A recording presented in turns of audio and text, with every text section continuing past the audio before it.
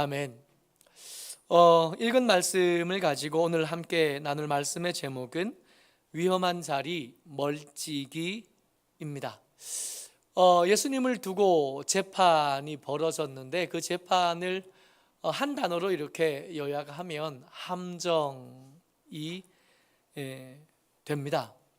원래는 이 종교 권력자들이 예수님을 재판하고 예수님을 죽이려고 하던 때가 이때가 아니었거든요. 원래 생각대로라면 없애기는 해야겠는데, 잡기는 해야겠는데, 죽이기는 해야겠는데, 순례객들이 지금 예루살렘에 많이 와 있으니까 이 사람들이 어느 쪽으로 튈지 알 수 없으니까, 이 사람들이 유월절 지나고 나서 흩어지면, 사람들이 예루살렘에서 좀 빠지고 나면, 그때 사람들이 많이 없을 때, 그때 예수님을 없애면 좋겠다 생각하고 그렇게 준비하고 있다가 갑자기 예수님의 12제자 중에 한 명 가룟 유다가 찾아오는 바람에 급하게 진행된 거예요.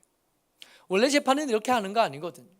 그래서 어설퍼질 수밖에 없었습니다. 말씀 먼저 같이 보죠. 55절 56절 두 절만 먼저 같이 읽습니다. 시작. 대제사장들과 온 공회가 예수를 죽이려고 그를 칠 증거를 찾되 얻지 못하니 이는 예수를 쳐서 거짓 증언하는 자가 많으나 그 증언이 서로 일치하지 못함이라. 원래 이 사람들이 이렇게 어리숙한 사람들이 아니에요. 원래는 이 재판을 이렇게 대충 하지 않고 원래는 완벽한 각본을 만들어서 그 피의자가 된 사람, 그러니까 이제 예수님이시니까 그 예수님이 빠져나가지 못하도록 완벽하게 올무를 만들어 놓은 다음에야 증언도 아무렇게나 하는 게 아니라 순서가 있거든요. 먼저 해야 될 증언이 있고 나중에 해야 될 증언이 있고, 이렇게 논쟁이 거칠어질 때 그 논쟁을 한 번에 잠재울 만한 킬포인트를 잡을 수 있는 증언이 따로 있는 거거든요. 이렇게 잘 배열해 놓고 등장할 순서와 해야 될 대사를 잘 짜 맞춘 다음에 재판을 하는데, 이 재판이 생각한 대로 의도한 대로 되어지지 않은 거잖아요. 지금 새벽이거든요. 원래 이 재판은 이렇게 새벽에 있을 게 아니라 유월절이 끝난 다음에, 명절이 끝난 다음에 오후에 노곤하니 사람들이 잠들 쯤 돼서 사람들의 의견이 분분하여질 때 완벽하게 연습된 배우들이 순서대로 등장하는 그런 연극 같은 재판이어야 되는데 그럴 시간이 없었던 겁니다. 갑자기 아침에, 아니 새벽에 벌어진 재판이에요. 그러다 보니까 증거는 없고 증언만 가지고 해야 되는데 입을 맞추지 못하니까 이 증언이 서로 안 맞아요. 이 증언이 서로 앞뒤가 안 맞습니다. 혹은 이랬다 그러고 혹은 저랬다 그러는데 그것만 가지고는 이 사람을 어찌할 수가 없어요. 그러던 중에 대제사장이 기다리던 아주 중요한 증언 하나가 등장한 겁니다. 그게 58절이에요. 58절 같이 읽습니다. 시작. 우리가 그의 말을 들으니 손으로 지은 이 성전을 내가 헐고 손으로 짓지 아니한 다른 성전을 사흘 동안에 지으리라 하더라 하되, 어떤 증인이 이렇게 말했다는 겁니다. 이 증인이 들었는데 예수님이 전에 내가 들어보니까 뭐라고 말했냐 하면, 손으로 지은 이 성전, 거의 40년 넘게 건축하고 있고 아직도 완성이 되지 않은 이 헤롯 성전을 내가 3일 만에 헐고 3일 만에 내가 사람 손으로 짓지 아니하고 특별한 하나님의 권능을 가지고 짓겠다고 말한 걸 내가 들었다는 거예요. 근데 원래 이 말도 원래 이렇게 말씀하신 게 아니었어요. 이 증인이 말하고 있는 이 말은 요한복음 2장 19절에 말씀하신 것을 가지고 온 것 같은데, 원래 말씀은 이랬습니다. 예수께서 대답하여 이르시되 너희가 이 성전을 헐라 내가 사흘 동안에 일으키리라. 원래 예수님 말씀하신 거하고 다르지 않아요? 예수님 말씀하신 거는 이 성전을 허는 게 누구예요? 예수님이 아니라 너희야, 너희. 말하고 있는 사람. 근데 증인이 말하고 있는 건 뭐죠? 예수님이 직접 헐고 예수님이 능력을 사용해서 짓겠다고 말했다는 겁니다. 비슷한 듯 하나 같지 않고, 비슷한 듯 하나 어딘가 중요한 곳에서 어그러져 있는 거예요. 왜곡된 겁니다. 사실이 아니에요. 근데 이마저도, 사실은 이마저도 59절에 보면, 제가 써놓지는 않았는데, 그 증언도 서로 일치하지 않았더란. 그러니까 앞뒤 안 맞는 말이었는데 그것도 어리숙한, 그야말로 덜 된 듯한 재판이 진행되고 있는 겁니다. 어리숙하다가 그런 거라며요. 충분히 익지 않았다. 그래서 어리굴젓하면 굴로 젓갈을 담은데 그 굴이 충분히 사가지지 않고 발효되지 않았을 때 어리굴젓이라고 부른다면서요. 이 재판이 그래요. 어리숙한 재판이 된 겁니다. 증인들이 준비되지 않고 연습되지 않아서 그래요. 그렇게 어리숙한 증인들이 시간이 지나가고 나서 이제 대제사장이 등장합니다. 이 사람은 말하는 것으로 사람들을 찜쪄 먹는데 능숙한 사람. 말로는 이 사람을 이길 수가 없어요. 그야말로 간교하다는 단어가 정말로 잘 어울리는 사람이 이 대제사장입니다. 어느 정도냐 하면 오늘 먹고 죽을 과부의 2렙돈을 헌금하게 만드는 사람입니다. 과부의 2렙돈은 헌금을 위해서 쓰여지면 안 되거든요.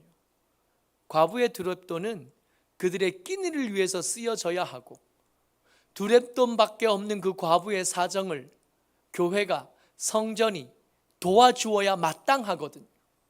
근데 그런 과부에게 이 제사장이 가면, 이 대제사장이 가면 그 남은 2렙돈, 한 끼니 빵 살 돈도 안 되는 이걸 헌금하게 만들 수 있는 사람이 이 사람입니다.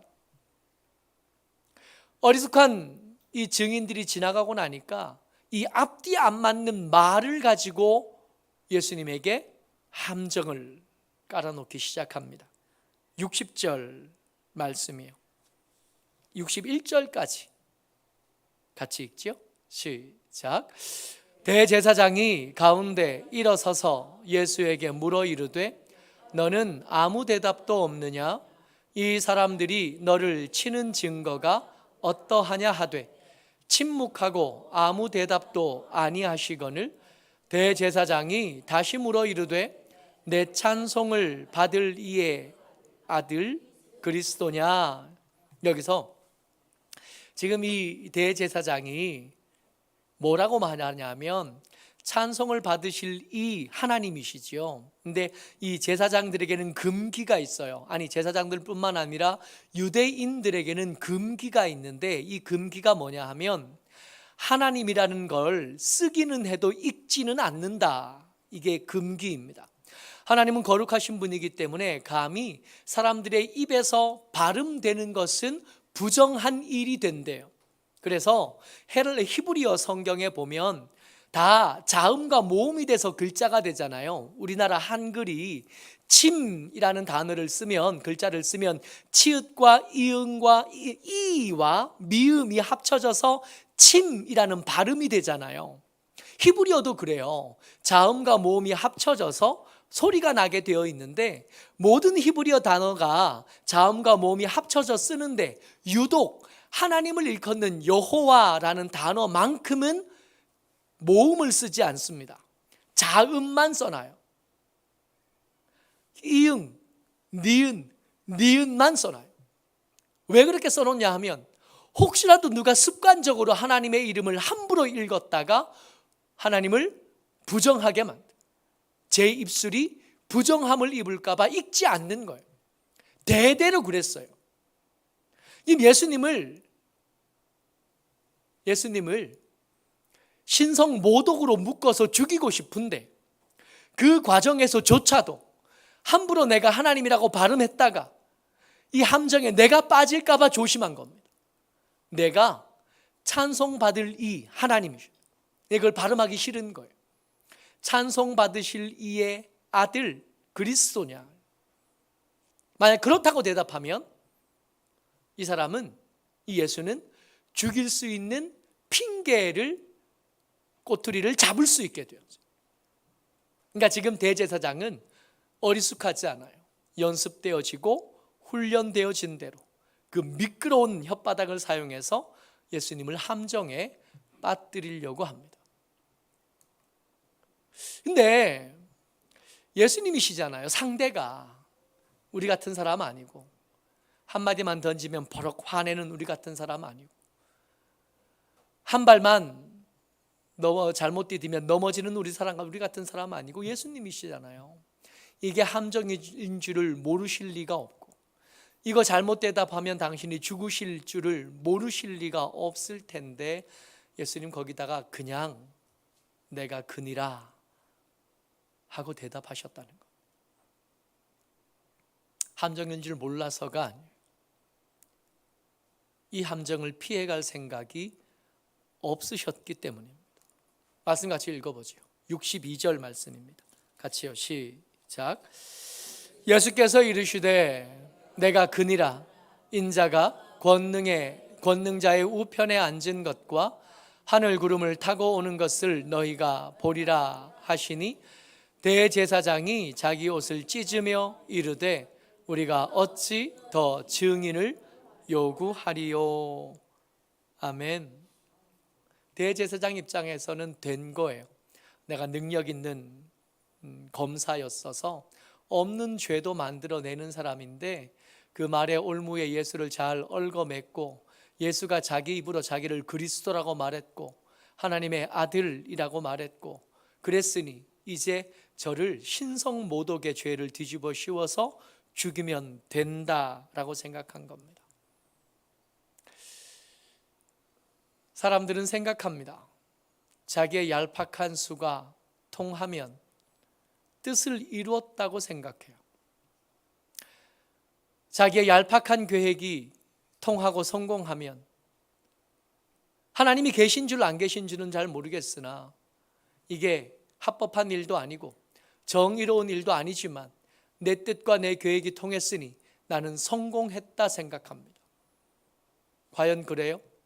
지금 대제사장이 예수를 올무에 걸어서 이제 죽일 수 있는 핑계를 얻었습니다. 그러면 이때는 대제사장이 예수님을 이긴 게 되는 겁니까? 다시 말해서 악을 상징하는 이 대제사장이 빛을 상징하는 예수님을 이긴 게 되는 겁니까? 때때로 우리는 살다 보면 온 세상이 다 어두워진 듯한 때를 만납니다. 정의를 찾을 수 없는 때, 세상 모든 것들이 다 악한 것과 더러운 것과 지저분한 것들로 덮어진 것 같은 때를 만납니다. 사방 아무리 돌아봐도 빛이 하나도 없어진 것 같은 때, 정의는 죽었고 심지어 하나님도 돌아가신 것처럼 여겨질 때를 만납니다. 근데 정말 그런 걸까요? 정말 정의는 다 죽었고 어둠이 빛을 삼킨 겁니까? 가끔씩 우리가 생일 때가 되면 케이크에 초 꽂아놓고 효과를 극대화하기 위해서 불을 끄잖아요. 그때는 빛이 없는 게 좋죠. 불이 다 꺼진 다음에 그 작은 초예요. 생일 케이크에 꼽는 초라는 게 사실은 이게 초답지 않잖아요. 얄팍하고 금방 꺼지는 그 초. 근데 그 초에 불을 붙이는 순간 그 어두웠던 곳이 그 촛불의 노란색 따뜻한 빛으로 가득 차는 걸 우리가 매번 보지 않나요? 여러분, 어둠은 역사가 시작되고 나서 지금 때까지 한 번도 빛을 삼킨 적이 없습니다. 빛이 작을 수는 있어요. 그러나 그렇다고 해도 아무리 작은 빛도 가장 짙은 어둠 가운데 있으면 그 작은 빛이 어둠을 물리치기 마련이거든요.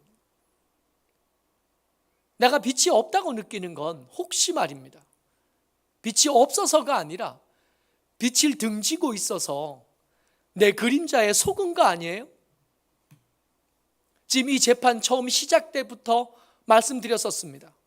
이 재판은 애초에 대제사장들이 생각하던 때에 대제사장들이 생각한 방법으로 진행되고 있지 않습니다. 예수님은 이 함정을 피할 수 없었던 것이 아니라 피하지 않기로 결정하셨던 겁니다. 불법적인 재판에 굴복하신 것이 아니라 스스로 십자가를 향하여 걸어가신 거예요. 예수님은 지금 역사上있었던 가장 치열한 빛과 어둠의 싸움에서 당당하게 당신이 가셔야 될 길을, 승리를 향해서 한 걸음 한 걸음 걸어가고 계신 거지, 간교한 혓바닥에 속아서 사고를 당하고 있는 게 아닌 겁니다. 중요한 건, 오늘 나누고 싶은 얘기는 이 예수님의 위대한 승리를 말하고 싶은 게 아니에요. 사실은 이거 너무 중요하지만 오늘 설교의 제목은 이게 아니에요. 오늘 말하고 싶은 건 이게 아니라 그 옆에 오늘 설교의 제목이 이거였거든요. 위험한 자리 멀찍이요. 예수님께서 그 어둠과 치열한 싸움을 싸우고 계실 때 따라왔던 사람이 있었다는 겁니다. 가까이 따라오지는 못하고 멀찍이, 무서웠을 테니까. 자기는 능력이 없었고 믿음이 부족해서 차마 가까이 가갈 수 없으니까. 그래서 멀찍이 따라올 수밖에 없었던 베드로 이야기를 하려고 합니다. 베드로가 지금 어디에 있냐면, 예수님께서 이 치열한 싸움을 싸우고 계시는 중에 베드로는 멀찍이 있습니다. 같이 읽어요. 54절 말씀입니다. 시작. 베드로가 예수를 멀찍이 따라 대제사장의 집들 안까지 들어가서 아랫 사람들과 함께 앉아 불을 쬐더라. 지금 멀찍이 있대요. 근데 이 멀찍이가 사실은 다른 제자들에 비해서는 예수님과 아주 가깝습니다. 다른 제자들 지금 어디 있어요? 몰라요. 다른 제자들 이미 멀리 도망갔습니다. 그 중에 도마는 너무 멀리 도망가서 나중에 와야 될 때 오지도 못했어요. 다른 제자들에 비하면 이 베드로는 예수님께 아주 가깝습니다. 그러나 예수님이 싸우시는 장소에서 보면 이 베드로조차도 가까운 곳은 아니고 멀찍이일 수밖에 없습니다. 그런데 이 멀찍이라는 장소가 설교 제목에 제게 위험하다라고 써놨잖아요. 여기가 왜 위험하냐 하면, 마땅히 분노해야 될 때, 지금 예수님의 재판을 옆에서 지켜보고 있잖아요. 멀찍이지만 예수님을 참소하고 있는 증인들의 앞뒤 안 맞는, 서로 맞지 않는 증언을 다 듣고 있는 거 아니에요. 대제사장이 간교한 혓바닥으로 예수님을 함정에 빠뜨리고 있는 과정을 하나도 빼지 않고 한마디도 놓치지 않고 다 듣고 있는 거잖아요. 예수님과 한편이라면, 예수님의 제자가 맞다면, 예수님의 사람이 맞다면 그 중에 아닙니다, 예수님 저렇게 말씀하지 않으셨습니다 할 법하지 않아요? 이 재판은 불법입니다 할 법하지 않아요? 그러니까 지금 베드로 입장에서는 진행되고 있는 이 재판이 마땅히 분노해야 되는 상황이에요. 손들어서 저 말 한마디만 할게요 해야 되는 상황이에요. 근데 베드로가 그러지 않아요. 그럴 수 있다고 생각해요. 믿음 없는 사람이니까, 지금 넘어진 상황이니까, 게다가 어젯밤에 마땅히 깨어 기도해야 될 때 잠자고 있었으니까 그렇게 영적으로 준비되어 있지 않고 이렇게 특별히 훈련되어진 것도 아닌 것 같으니까 그럴 수 있다고 생각해. 근데 이걸 그럴 수 있다고 넘어갈 수 없는 장면들이요, 그렇게 멀찍이 앉아서 불을 쬐고 있는데 여종 하나가 다가와서 베드로에게 말을 건 겁니다. 지금 저기서 앞에서 무대 위에 올라간 대제사장도 아니고요, 서기관도 아니고 다른 사람들도 아니고 증인으로 나서기 좋아하는 괄괄한 사람들도 아니고 그냥 그 대제사장의 집에서 시중 들고 있는 여종일 뿐이에요.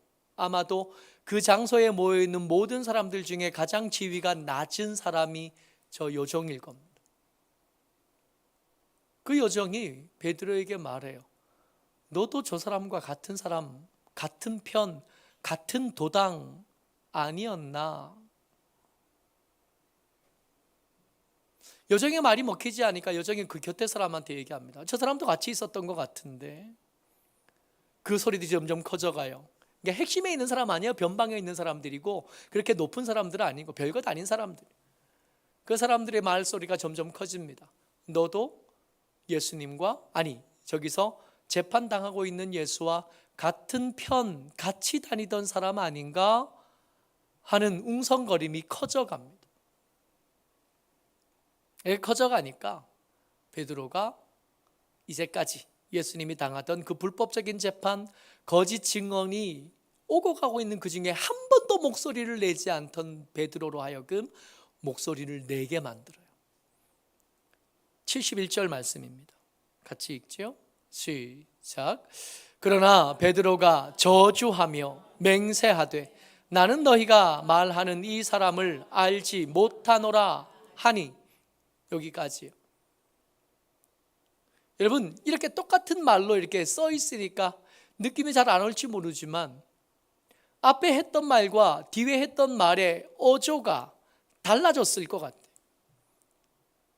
한 번도 분노하지 못하고 정말 화내고 목소리를 내야 될 때 한 소리도 숨소리도 내지 않던 이 인간이 그 여종의 말에 별것도 아니고 심리에 속한 것도 아니고 재판정의 피고의 자리에 선 것도 아닌데 그냥 허허 웃고 지나가도 될 법한 말인데 그렇게 하지 못해요. 버럭 합니다. 그 말에 저주를 담고 그 말에 하나마나한 맹세를 담습니다. 나는 저 사람 모른다. 그러니까 이 멀찍이가 제가 위험하다고 썼잖아요. 이 멀찍이가 왜 위험하냐 하면 분노해야 될 때 분노를 못하게 만들어요. 이 멀찍이가 왜 위험하냐 하면 분노하지 않아도 될 때에 죽을 듯이 분노하게 만듭니다. 이런 사람하고는 같이 못 살아요. 생각해 보세요. 마땅히 맞서 싸워야 할 때 도망가 버리고 없어요. 이거 별것도 아닌 일에 버럭 화내요. 이런 사람은 어떻게 살겠어요? 이런 사람은 어떻게 한 편을 먹을 수 있습니까?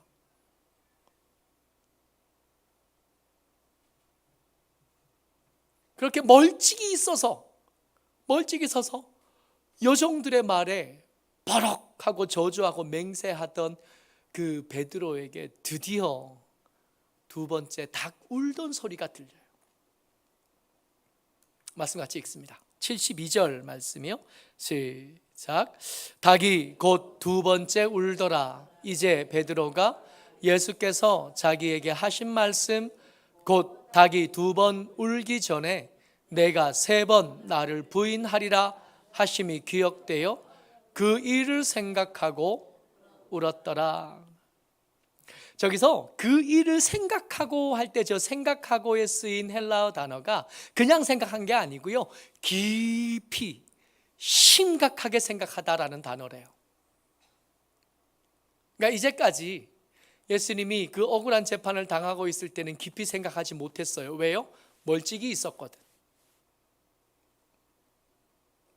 그 여종들이 한두 마디 거들었을 때 왜 허허 웃지 못했냐 하면 멀찍이 있었거든요. 그러다가 닭 우는 소리가 들리면서 문득 정신을 차린 거예요. 깨어난 겁니다. 깊이 생각할 줄 알게 됐어요. 깊이 생각하고 보니까 알겠는 거예요. 내가 지금 얼마나 부끄러운 건지, 내가 얼마나 비참한 건지, 내가 지금 무슨 짓을 저지르고 있었는지, 내가 지금 있는 이 멀찍이라는 자리가 얼마나 위태롭고 위험한지 그제서야 알게 된 겁니다. 사실은 예수님이 잡혀갈 때부터 울었어야 될 그 베드로가 이제서야 울기 시작합니다. 어쩌면 멀찍이 있던 이 베드로를 살리는 소리가 두 번째 닭 우는 소리였던 거예요. 멀찍이 있어서 지가 토해놓은 곳에 거기서 뒹굴고 있다는 것도 모르고 있다 거기서 끝났어야 될 베드로를 이 두 번째 닭 울음 소리가 살려준 거예요. 여러분, 우리에게도 이 소리가 들려야 돼요.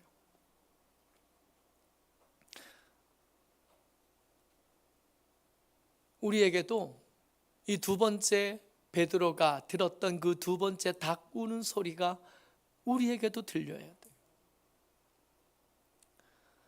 경우마다 다르고 사람에게마다 다 다를 겁니다. 어떤 사람은 자동차 경적 소리로 들릴 수도 있고, 어떤 사람은 아무 소리도 들리지 않았지만 갑자기 가슴에서 심장이 떨어지는 쿵 하는 소리로 들릴 수도 있겠고,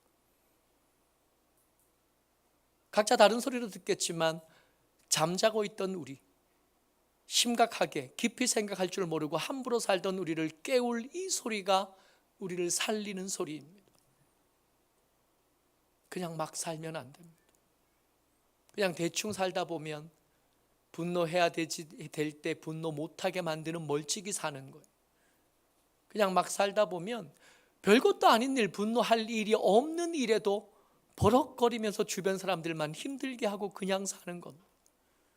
이 멀찍이에서 일어서려면 닭울음 소리가 들려야 되고, 그 소리가 우리에게 필요한 겁니다.